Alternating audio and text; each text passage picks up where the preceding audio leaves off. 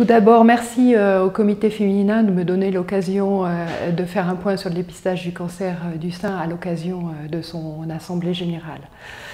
Alors, il faut savoir que les structures de dépistage étaient départementales et qu'à partir du 1er janvier 2019, elles se sont regroupées en une seule association régionale pour Auvergne-Rhône-Alpes, qui regroupe donc 10 structures.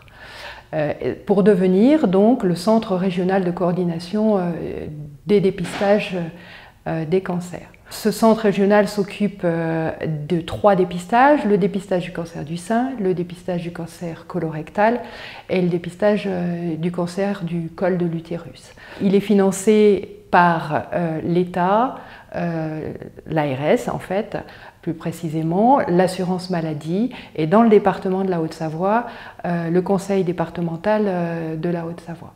Les missions des sites de dépistage sont de 4 ordres.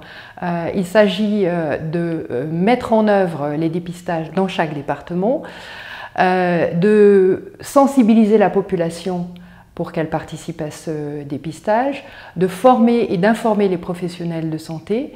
Et c'est aussi un rôle de contrôle qualité par rapport aux tests qui sont proposés.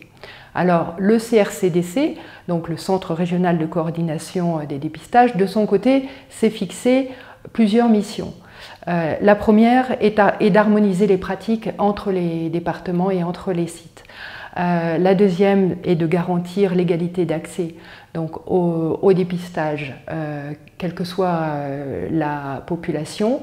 La troisième est de gagner en efficience. Un objectif a été fixé à moyen terme qui est d'augmenter la participation au dépistage de 15%, quel que soit le dépistage et quel que soit le territoire. Avant d'aborder donc le dépistage du cancer du sein, juste un mot sur la fréquence des cancers. Les cancers en France, c'est 382 000 nouveaux cas tous les ans. Et parmi ces 4 cancers, 58 000 sont des cancers du sein.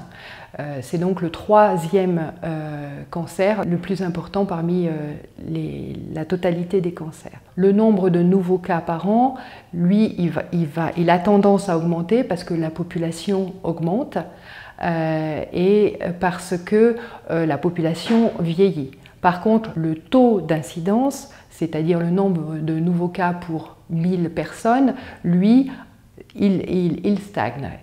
Voilà. Donc ça, c'est plutôt une bonne nouvelle parce que pendant un certain nombre d'années, ce taux d'incidence a continué à augmenter. En termes de mortalité, ce cancer reste un cancer grave puisque c'est le 3e cancer en termes de mortalité après le cancer du poumon et après le cancer colorectal. Alors la mortalité, elle, a tendance à diminuer parce qu'on prend beaucoup mieux en charge ce type de cancer. On le traite mieux et grâce au dépistage, donc on le traite plus tôt, donc les traitements sont beaucoup moins lourds et les chances de survie sont meilleures. Le principal facteur d'apparition de ce cancer, c'est l'âge.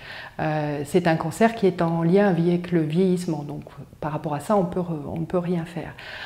Par contre, on estime à environ 40 à 50% les cancers qui sont en lien avec le mode de vie. Et donc c'est à ce niveau-là qu'il y a des possibilités de limiter le nombre de cancers. Les principaux facteurs de risque sont le tabac, l'alcool, l'obésité, une alimentation trop riche, pas assez de fibres, la sédentarité, le manque d'activité physique. Il y a aussi d'autres facteurs en lien avec les perturbateurs endocriniens et le statut hormonal. Enfin, il faut se rappeler qu'il y a quand même 5 à 10% des cancers du sein qui sont d'origine génétique. En termes de prévention, outre la question de l'hygiène de vie qui peuvent diminuer le risque, il faut quand même rajouter l'importance de l'examen clinique des seins.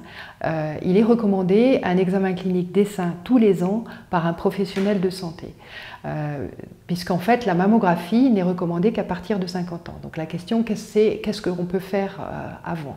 Donc il y a cet examen clinique des seins qui peut être réalisé par un généraliste, par un gynécologue, par une sage-femme. Donc il faut bien y penser, et quel que soit l'âge, pas uniquement pendant la période de la grossesse. Voilà pour la prévention. La prévention du cancer du sein chez l'homme. Il faut quand même savoir qu'il y a 5% des cancers du sein qui apparaissent chez l'homme. Alors chez l'homme, on ne fait pas de mammographie. Par contre, ce qui est important, c'est que si un homme voit apparaître une boule, qu'il ne considère pas forcément que c'est rien, et qu'il consulte pour avoir un avis par rapport à ça. Voilà une petite piqûre de rappel. Je vous propose d'aborder maintenant vraiment le dépistage du cancer du sein et son organisation. La tranche d'âge concernée concerne les femmes de 50 à 74 ans. Le CRCDC invite ces dames tous les 2 ans à aller réaliser un test de dépistage.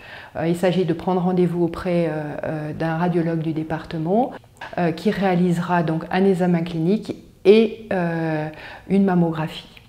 Il y a 22 cabinets de radiologie qui, dans le département, participent au dépistage. Les mammographies, une fois qu'elles sont réalisées, si elles sont normales, sont adressées au CRCDC pour une deuxième lecture. Et cette deuxième lecture est en fait un gage de qualité, puisque 6 à 10% des cancers sont repérés grâce à cette deuxième lecture. Ça, c'est quelque chose qui est spécifique au dépistage. Si la personne ne va pas réaliser sa mammographie, elle est relancée 4 mois après par une nouvelle invitation. Ainsi, chaque année, 280 cas de cancer sont repérés grâce au dépistage organisé dans le département. 57% des femmes du département participent au dépistage. Néanmoins, ça n'est pas satisfaisant puisqu'il faudrait atteindre l'objectif qui a été fixé, c'est 70%. Comparativement au reste de la région Auvergne-Rhône-Alpes, ce taux est quand même meilleur puisqu'il est de 55% dans la région Auvergne-Rhône-Alpes et il est meilleur que France entière puisque ce taux est de 48%. Là, je parle des données 2018-2019. Ce qui signifie qu'en gros, on ne peut pas satisfaire de cette situation, on est quand même loin des 70% de participation escomptée. C'est pour cette raison que le CRCDC s'est associé donc au sein du collectif dépistage pour mener des actions de sensibilisation avec le comité féminin. C'est ainsi que tous les ans, en octobre, nous réalisons des manifestations grand public où nous sommes présents sur le site, des stands avec au sein de l'hôpital, des conférences grand public, et donc depuis quelques années il y a un bus dépistage qui circule 1 ou 2 jours durant le mois d'octobre pour sensibiliser donc dans des lieux où on sait que les taux de participation sont un peu bas. De nombreuses informations sur le dépistage des cancers du sein et sur les dépistages des cancers sont disponibles sur le site www.dépistagecanceraura.fr. Je vous remercie.